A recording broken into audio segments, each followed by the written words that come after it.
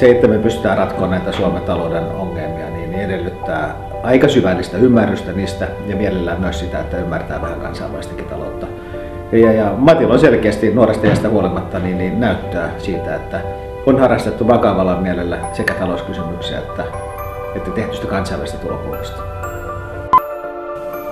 Matilla on 2 ominaisuutta, jotka tekis Matista hyvän kansanedustajan.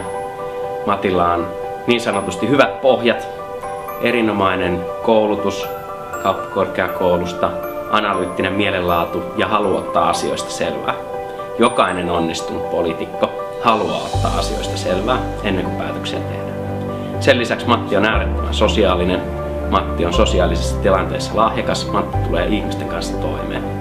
Tämä on toinen ominaisuus, kukaan ei saa politiikassa aikaan mitään yksin. Sun täytyy tulla toimeen toisten ihmisten kanssa ja haluta hoitaa asioita heidän kanssaan. Näiden 2 asian takia Matti on hyvä kansanedustaja.